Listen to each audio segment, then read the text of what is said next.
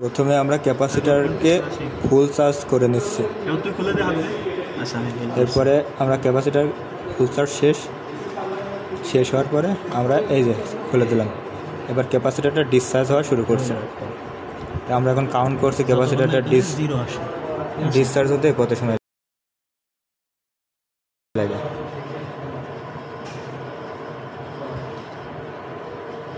এবং এটা দেখা যাচ্ছে না, তবে যতক্ষণ জিরো না আসে আমরা ততক্ষণ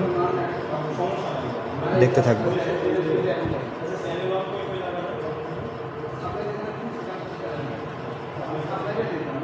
মোটামুটি মিলিতে চলে এসছে, আর একটু হলে হয়ে যাবে। আর একটু মিলিতে চলে আসছে।